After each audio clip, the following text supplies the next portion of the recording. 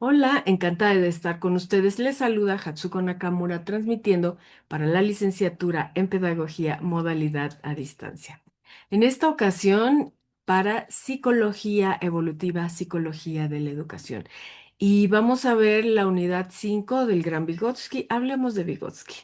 Vamos a ver hoy los conceptos centrales de la teoría de Lev Vygotsky, que además estos conceptos centrales son muy pertinentes para los tiempos que hoy vivimos porque se trabajan mucho dentro del ámbito educativo.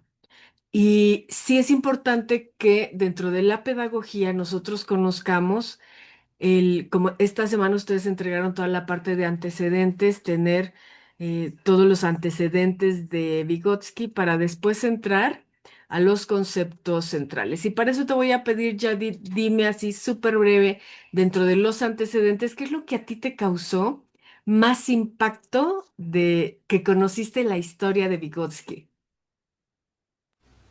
Pues creo que justo que no era una antesala fácil, o sea, él vive en una época en donde además como de guerras y de sucesos complejos, él vivía como justamente en Rusia, en donde sabíamos que en ese momento era complicado incluso dedicarte a lo que tú quisieras, porque estaba muy delimitado como lo que tú tenías que hacer con base en tus habilidades y creo que esa parte en donde para él no fue un entorno como fácil, no fue algo como cómodo y sin embargo a pesar de eso pues él pudo realizar estudios muy importantes. No tenía la verdad como conocimiento de cuál había sido el antecedente y cuando usted nos empezó a platicar como la historia de que no había sido pues nada sencillo para él en ese momento, entre todos los fenómenos sociales, económicos, políticos que pasaba, haber escrito las cosas, la verdad es que a mí me impresionó bastante. Sí, muchas gracias por tu encuadre general de lo que fueron los antecedentes de Vygotsky. Y lo que vamos a ver hoy es muy, muy relevante. Como nos menciona Yadid, vivir entre guerras con tantas dificultades, además él estaba enfermo, murió muy pronto, pero sin embargo el gran legado que nos dejó vive hoy a través de estarlo estudiando y es lo que vamos a ver a continuación. Y considerando que las orientaciones de la teoría Vygotskiana toman en cuenta el desarrollo humano en su relación con el contexto histórico y cultural, en esta actividad nosotros nos vamos a adentrar en las funciones psicológicas presentes en el proceso de aprendizaje. Para ello vamos a leer unos textos, las teorías psicológicas aplicadas a la educación, teorías cognitivas del aprendizaje, Piaget y Vygotsky, pensamiento y palabra. Y una vez que nosotros hayamos leído estas lecturas, vamos a intentar responder preguntas. Estas preguntas, ¿cómo se tienen que responder? Aquí lo importante es que ustedes vayan asimilando los conocimientos desde la pedagogía, que puedan convertir y traducir a sus propias palabras, a su propio entendimiento. Y después colocan las citas o paráfrasis de estos tres textos que mencioné. Y entonces, pues bueno, yo ahora les voy a platicar un poco sobre estos conceptos que son bien importantes, bien relevantes. Vamos a ver conceptos centrales de la teoría del Vygotsky. La intención de que estemos aquí trabajando, y bienvenidas las que se están incorporando, es comprender cuáles son esos conceptos fundamentales de la teoría sociocultural de Vygotsky, enfatizando la relación entre desarrollo humano, pensamiento, lenguaje, aprendizaje y contexto histórico-cultural. Así que comenzamos. Aquí la pregunta inicial sería, ¿aprendemos solos o aprendemos con ayuda de otras personas y de la cultura? ¿Quién quiere responder? Voy a repetir la pregunta. ¿Aprendemos solos o aprendemos con ayuda de otras personas y de la cultura? ¿Ustedes qué piensan? Abran así el micrófono y compartan su pensamiento. Pues yo creo que ambas, doctora, porque de alguna manera Vygotsky hacía la relación como entre ambas, porque decía que de alguna manera generabas aprendizaje cuando interactuabas con las personas, porque justo aprendías de tus pares, aprendías de los demás, pero llegaba un punto en el que tú de repente interiorizabas ese conocimiento y lo trasladabas como justo a tu experiencia. Entonces creo que ocurre como de manera complementaria, incluso paralela, porque creo que por ejemplo, pasa mucho en las clases, ¿no? A lo mejor nosotros aprendemos de usted o cuando usted nos dice, ah, es que es esto, tenemos este contexto, pues sabemos cosas que antes no teníamos a lo mejor tan Ah, claras, pero después cada quien lo interioriza y lo lleva a sus propios ejemplos y sacamos una conclusión diferente todos. sí, me encanta tu participación, Yadit.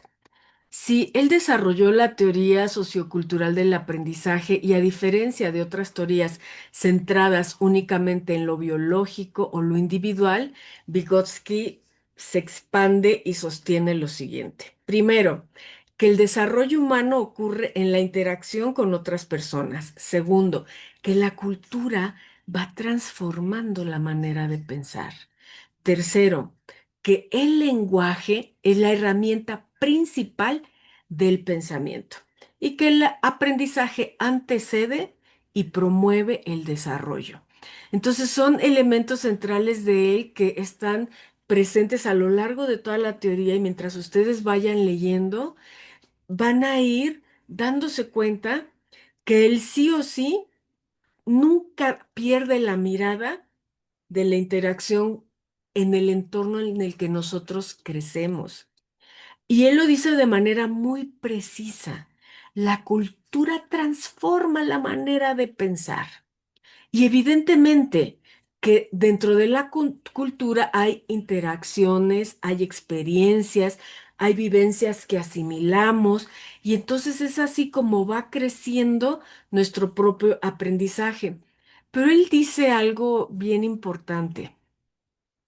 Él menciona que es a través del lenguaje, la enuncia el lenguaje como la herramienta más importante de la persona y que el aprendizaje antecede y promueve el desarrollo. Entonces, vean nada más ustedes este legado que tenemos nosotros para la pedagogía. Pero vamos por partes. ¿Qué es el desarrollo humano para Vygotsky? Él marca una idea central. Para él, el desarrollo humano es ese proceso histórico, social y cultural a través de cómo las personas nos vamos relacionando y además vamos construyendo funciones mentales superiores a través de la interacción con otras personas. Y él ve al ser humano como que no nace con capacidades desarrolladas, sino que sí o sí se van a medir, se van a transformar y se van a dar a través de la convivencia social, el lenguaje, la educación y toda la cultura a la que la persona pueda tener contacto. Por eso es que es tan importante dentro de la parte de Vygotsky, cómo nosotros vamos a ir teniendo estos momentos con la cultura, con las personas, con las experiencias. Y también nos va a mencionar el cómo lograrlas. Así que sigamos avanzando. Fíjense nada más la relación entre pensamiento y lenguaje, que bueno, es algo que a mí me fascina. Ahí voy. Vygotsky considera que el pensamiento y el lenguaje tienen orígenes distintos, pero posteriormente se integran. Para él, el lenguaje organiza el pensamiento, permite planear, permite reflexionar, permite recordar y además permite resolver problemas. Por ejemplo, un niño pequeñito habla en voz alta mientras está armando un rompecabezas. Esta pieza va aquí, no, yo creo que no, mejor la pongo acá. Y ese lenguaje externo, poco a poco, se va convirtiendo en lenguaje interno o en pensamiento. Aquí la idea es que el pensamiento se desarrolla gracias al lenguaje y a la interacción social. Veamos ahora la ley de la doble formación y las funciones psicológicas superiores. ¿A qué le llama él la ley de la doble formación? Vygotsky afirma que toda función psicológica aparece dos veces. Primero, en el plano social, que es el interpsicológico, y después en el plano individual hacia adentro, que es el plano intrapsicológico. Por ejemplo, un niño aprende a resolver sumas con ayuda de su maestra, o el ejemplo que acaba de mencionar Yadid. Primero necesita guía, explicaciones, apoyo externo, y después puede hacerlo solo, internaliza el procedimiento. Fíjense nada más la parte tan importante de cómo nosotros vamos internalizando lo que tenemos culturalmente y socialmente con nuestras experiencias en el contexto que nos habita. ¿Y cuáles son entonces las funciones psicológicas rudimentarias y superiores? Muy bien. Él menciona, supongamos que hacemos dos columnas. Por un lado tenemos las funciones rudimentarias y por otro lado tenemos las funciones superiores. Las funciones rudimentarias, nos dice Vygotsky, que son naturales o biológicas y que las funciones superiores son culturales y sociales. Dentro de las funciones rudimentarias tenemos también la atención involuntaria. Y dentro de las funciones psicológicas superiores tenemos la atención, sí, voluntaria. Dentro de las funciones rudimentarias tenemos la memoria simple. Y dentro de las funciones superiores tenemos la memoria lógica. Dentro de las funciones rudimentarias tenemos reacciones inmediatas y dentro de las funciones superiores tenemos el pensamiento reflexivo o como dicen ahora los jóvenes, ponte un filtro antes de decir lo que vas a decir. ¿No? Entonces esta es la diferencia de que nos dice Vygotsky. Entonces recapitulemos. ¿Cuáles son las funciones rudimentarias? Que son naturales o biológicas, que la atención es involuntaria, que hay una memoria simple y que hay reacciones inmediatas. ¿Y cuáles son las funciones psicológicas superiores? Son culturales y sociales, hay una atención voluntaria, hay una memoria lógica y existe este pensamiento reflexivo. Y aquí, ¿cuál sería la relación con la conciencia? Las funciones psicológicas superiores permiten desarrollar conciencia. Y recordemos que en la sesión pasada, o sea, aparecía este elemento dentro de los aportes de Vygotsky, la conciencia. La conciencia que nos va a dar autorregulación, reflexión, planeación, toma de decisiones. La conciencia se construye socialmente. Veamos ahora el desarrollo de operaciones mentales. ¿Cómo se desarrollan las operaciones mentales? Pues se desarrollan a través de interacción social, esta mediación cultural y el uso de signos y de herramientas. Las herramientas psicológicas, nos dice él, que hay una que es aquí indiscutible y vuelve a emerger y se pone en primer plano, el lenguaje. Y también añade otras, símbolos, escritura, números, mapas, tecnología, por ejemplo. Y entonces, ¿qué es la mediación? Él expresa que todo aprendizaje siempre sí o sí va a estar mediado por adultos, por compañeros, por cultura, por instrumentos, por profesores. Y ahora vamos a ver la zona de desarrollo próximo, la ZDP, y zona de desarrollo potencial, para que no vayamos nosotros a confundir que es lo mismo, porque dijera Chente Fernández, muy parecido, es lo mismo, pero no es igual. Entonces vamos a ver. La definición de primero vamos a comenzar con una zona de desarrollo real. Esa zona de desarrollo real es lo que efectivamente la persona ya puede hacer, o en un contexto académico, lo que el alumno ya puede hacer, la alumna ya puede hacer de manera individual, solito, sin que nadie se le explique. Esa es la realidad. Y él le llama zona de desarrollo real. Aquí, esta es la realidad, esto es lo que hay, aquí estamos. Luego, si nos vamos a la zona de desarrollo próximo, es lo que la persona podría hacer con ayuda. Es esa mediación que siempre podemos alcanzar a través de otras personas con esta mediación que él nos menciona, que pueden ser adultos, compañeros, cultura o instrumentos. No tiene que ser necesariamente un ser vivo. También hay instrumentos que nos permiten alcanzar la zona de desarrollo próximo. Y entonces, ¿cuál es la zona de desarrollo potencial? La zona de desarrollo potencial es lo que la persona va a poder hacer de manera autónoma después de un acompañamiento. Esa es la diferencia entre las tres. Recapitulando. Zona de desarrollo real, lo que el alumno hace solo. Zona de desarrollo próximo, lo que puede hacer con ayuda. Zona de desarrollo potencial, lo que podrá hacer de manera autónoma después del acompañamiento. Por ejemplo, un estudiante no puede resolver ecuaciones solo, pero sí con el apoyo del docente. Después de practicar, va a lograr hacerlo de manera independiente. Y aquí hay una idea pedagógica fundamental que no podemos nosotros perder de vista. Es que sí o sí, el aprendizaje impulsa, es el trampolín para el desarrollo. Es por esa razón que el profesorado debe acompañar, orientar y proporcionar andamiajes.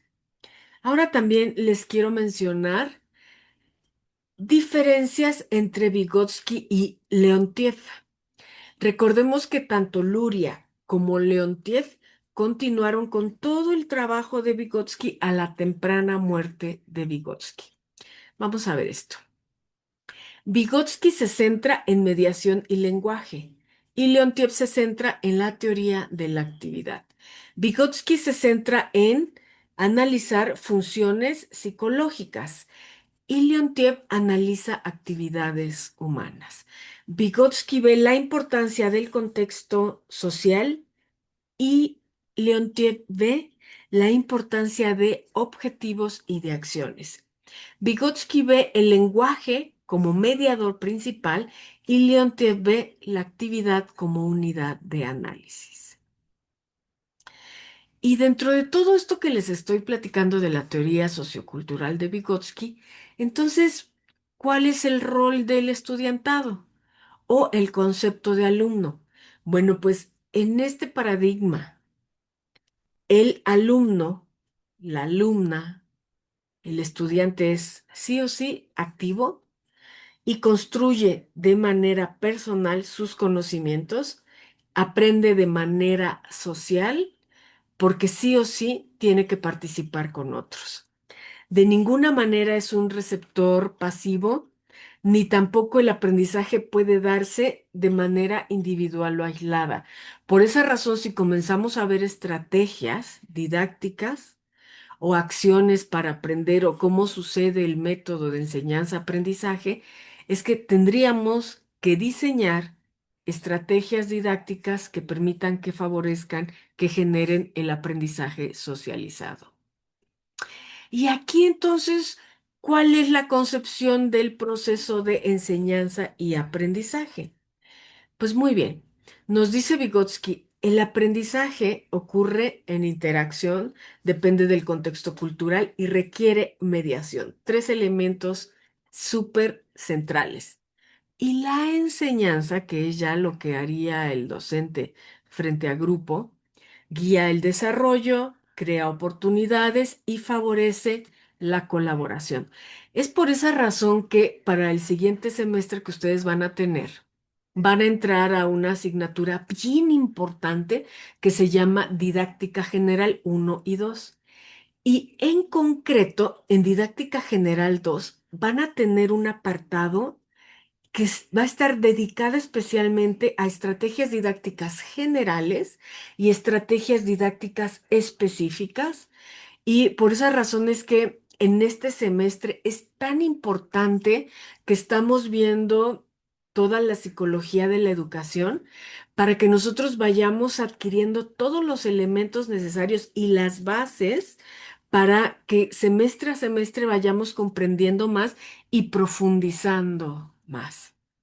Yo les diría que la actividad que sigue, la de cierre, la actividad integradora, que ahorita vamos a ir para allá, les va a permitir a ustedes condensar en un cuadro todos estos elementos que hemos visto a lo largo de este semestre y este cuadro les va a servir muchísimo para didáctica general, porque aquí ustedes están viendo las bases de la concepción del proceso de enseñanza y aprendizaje.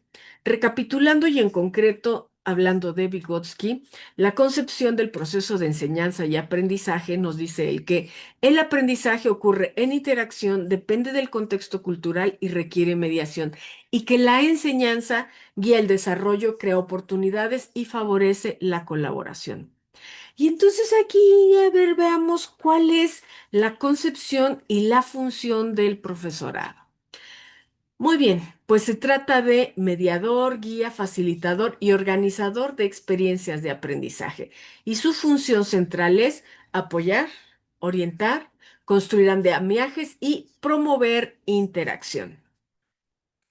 Ahora veamos cómo se da el aprendizaje entre pares o entre iguales. Pues consiste en aprender con compañeros. Por esa razón es que cuando yo les digo que para nosotros nuestro foro general es como el salón de clases porque es donde conocemos también a nuestros compañeros a través de sus textos, es una parte en donde nosotros podemos tener este aprendizaje socializado. Y en el aprendizaje entre pares o iguales, el estudiantado dialoga, colabora, pelotean ideas y se ayudan mutuamente y se comentan. En el caso nuestro, nos comentamos entre todos qué es lo que estamos observando de eso que están allí colocando. Por esa razón es que mis foros son tan interactivos y se le dedica tanto tiempo y tanta dedicación a la retroalimentación, porque es generar el aprendizaje socializado y que podamos permitir, por ejemplo, nosotros que estamos en la modalidad a distancia, podamos permitir y conocer a través de los textos que surgen del pensamiento de nuestros compañeros, pues qué piensan, qué opinan, ¿no? Ese sería como un ejemplo. Y ahora vamos a ver la negociación y la motivación en la teoría vygotskiana. La negociación es un proceso a través del cual las personas van construyendo sus propios significados y los comparten a través del diálogo y la interacción.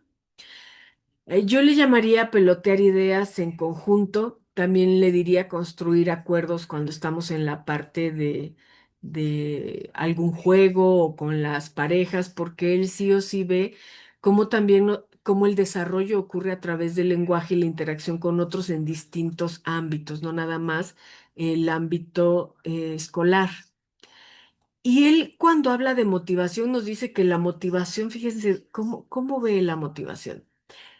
Surge de la participación social, del reconocimiento, de sentirse capaz y de pertenecer a una comunidad. Qué interesantísima está la definición de él de motivación. Y de ahí podríamos nosotros hablar de la motivación extrínseca y la motivación intrínseca. Pero aquí es importante que nosotras sepamos, y me digo nosotras porque veo a puras mujeres conectadas, que nosotras nos demos cuenta que desde este paradigma, la motivación sí o sí va a surgir de la participación social, del reconocimiento, de sentirse capaz de pertenecer a una comunidad. Y pues para él, fíjense nada más que El ser humano aprende primero con otros y después consigo mismo. El aprendizaje para él no es individual ni aislado, es un proceso profundamente social y cultural, nos dice el gran Vygotsky. Y me voy a anticipar un poco a la siguiente actividad de cierre porque pues ya la abrí, ya la mencioné, entonces les voy a mencionar un poco sobre la actividad integradora, que es una práctica educativa en donde ustedes van a condensar a través de un cuadro de doble entrada, que el cuadro de doble entrada lo que tiene son algunas propuestas para para que nosotros podamos ver, miren, aquí está el cuadrito, en donde nosotros vamos a tener de manera condensada qué es lo que hemos aprendido en este semestre. Creo que está muy pequeñito, ¿verdad? No se ve bien. Voy a intentar hacérselos más grande.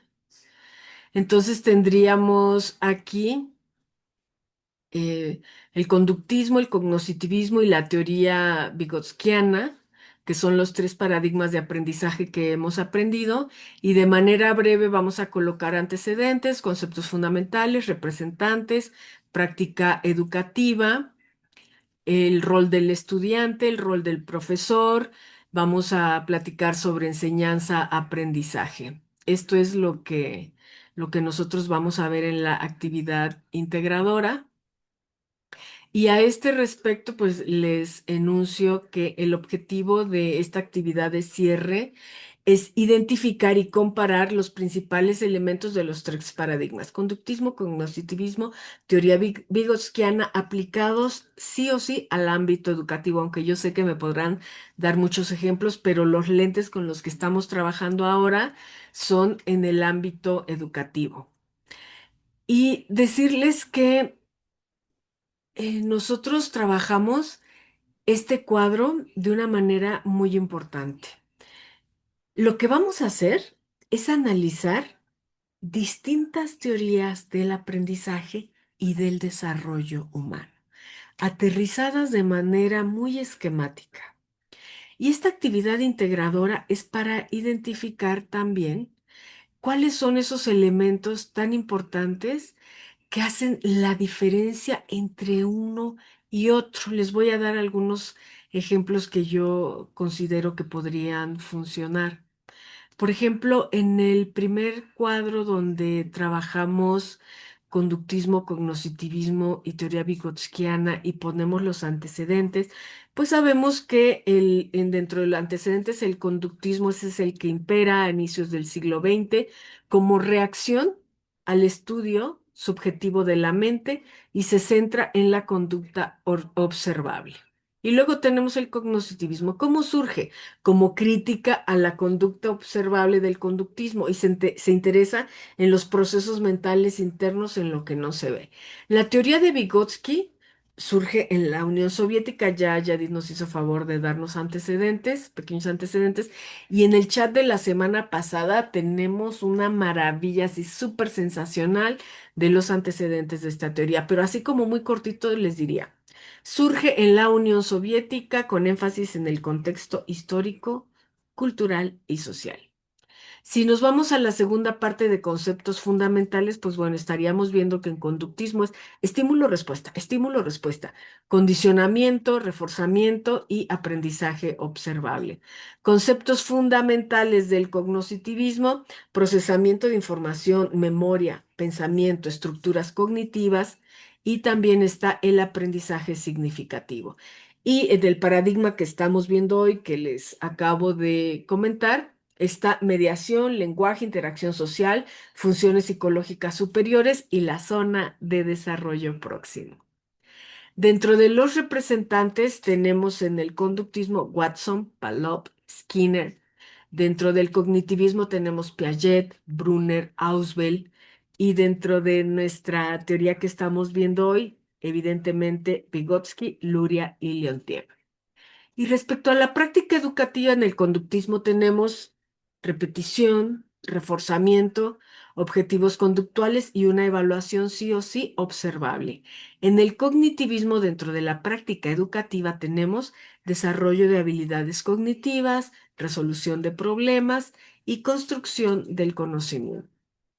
Y la práctica educativa del paradigma que estamos viendo hoy, pues es el aprendizaje colaborativo, aprendizaje socializado, mediación docente, interacción social y aprendizaje que sí o sí tiene que estar dado por mediación sociocultural.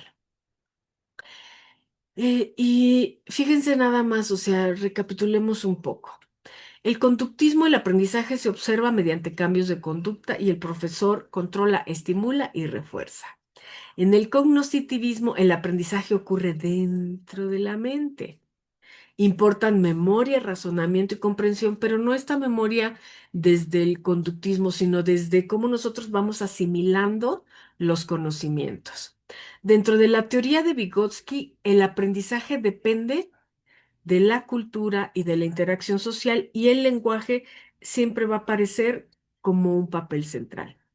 Y, por ejemplo, si alguien me pregunta del segundo cuadro de la concepción educativa, pues bueno, tenemos dentro del rol del estudiante en el conductismo, pues está, es un receptor de estímulos y respuestas y aprende a través de reforzamientos, premios, castigos. Cognoscitivismo cambia el rol del estudiantado porque entonces se aparecen como personas activas que sí trabajan con la información, la asimilan y van construyendo sus propios esquemas mentales. Y la concepción del estudiante, dentro de lo que estamos viendo hoy, es que es una persona sí o sí social, activa y aprende mediante la interacción y la mediación cultural. Y si vemos el proceso de enseñanza y aprendizaje en el cognitivismo, en el conductismo, está basado en repetición, práctica y control de conductas. En el cognitivismo, basado en comprensión, organización mental y resolución de problemas. Y en el paradigma que estamos viendo hoy, evidentemente que es interacción social, lenguaje y construcción colectiva del conocimiento. Y entonces aquí, ¿cómo aparece el rol del profesor? En el conductismo tenemos que es la figura y más importante, la que dirige, controla y va reforzando conductas, el que manda en el salón de clases. Dentro del cognitivismo es el que va planeando estrategias de aprendizaje en donde organiza que sí o sí vayan aprendiendo a través de la propia experiencia. Va guiando, va generando experiencias y así es como se construye el aprendizaje. Y dentro de lo que estamos viendo hoy es un mediador que acompaña y favorece la zona de desarrollo próximo.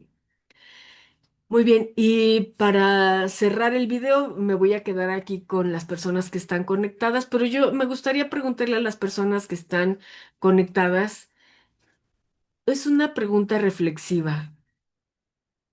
¿Cuál de estas teorías que han visto, han leído, han estudiado este semestre consideran que en el presente que habita hoy en la educación es actual?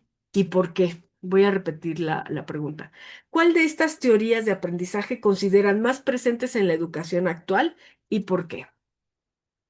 Quien quiera participar, abre su micrófono y le escuchamos.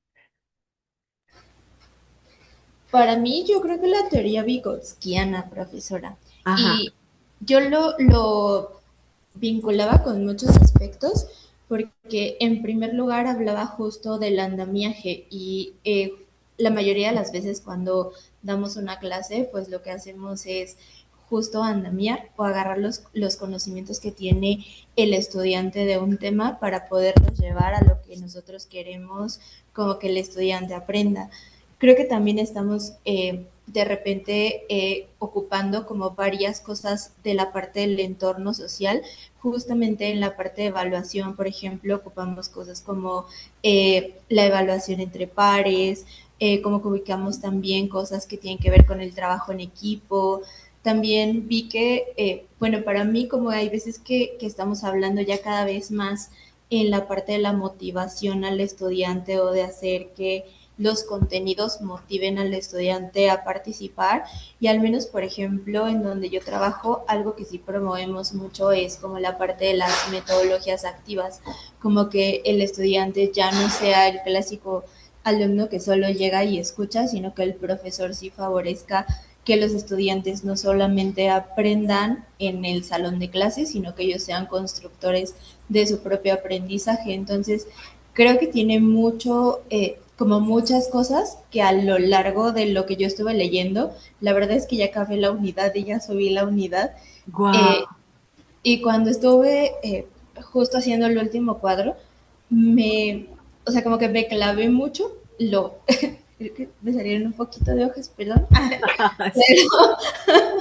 pero, pero sí estuve como comparando las tres y me dio un panorama como distinto de lo que cada una hace. Creo que de todas seguimos aplicando cosas, pero cuando yo como que lo puse justo en ese desdoblamiento del último cuadro que para mí fue muy visual y como muy reflexivo y tuve que regresarme como a las anotaciones que he estado haciendo y estas cosas, como que sí dije, justo me hacía esa pregunta, ¿no? De cuál era la teoría que yo consideraba que estaba aplicando, porque yo la hice como a lo que yo estaba haciendo, entonces fue como de, pues sí tengo modos conductistas, o sí hago cosas, pero creo que mi práctica se enfocaba como en la teoría de Vygotsky. Muchísimas gracias, Yadid. Acabas de mencionar un elemento también muy importante, que es el andamiaje, el apoyo temporal que una persona con mayor experiencia brinda a otra para ayudarle a realizar una tarea que todavía no puede hacer sola y que está directamente relacionada con la zona de desarrollo próxima. Muchísimas gracias, porque así como en una construcción el andamio sostiene al trabajador mientras aprende o construye algo, en educación, el docente ofrece apoyo que ayuda al estudiantado a aprender. Y cuando el estudiante logra hacerlo solo, pues el apoyo disminuye y finalmente se retira. Excelente aportación y un muy bonito cierre que nos das con tu participación. Y bueno, pues el andamiaje permite que el estudiante vaya avanzando de lo que puede hacer a lo que podrá hacer con la ayuda del otro y también de manera autónoma. Me encanta, Yadid, que lo hayas puesto sobre la mesa. Y me encanta también que hayas mencionado a este paradigma. Yo también coincido contigo. Muy bien, pues ya cerremos y las teorías del aprendizaje no se excluyen completamente y muchas prácticas educativas actuales integran elementos, ya lo sabemos, conductistas, cognoscitivismas y socioculturales. Sin embargo, la teoría de Vygotsky ha sido especialmente importante para comprender el valor del contexto social, el lenguaje y la interacción en el aprendizaje. Y aquí voy a dejar de grabar, me quedo con sus compañeras. Hasta la próxima.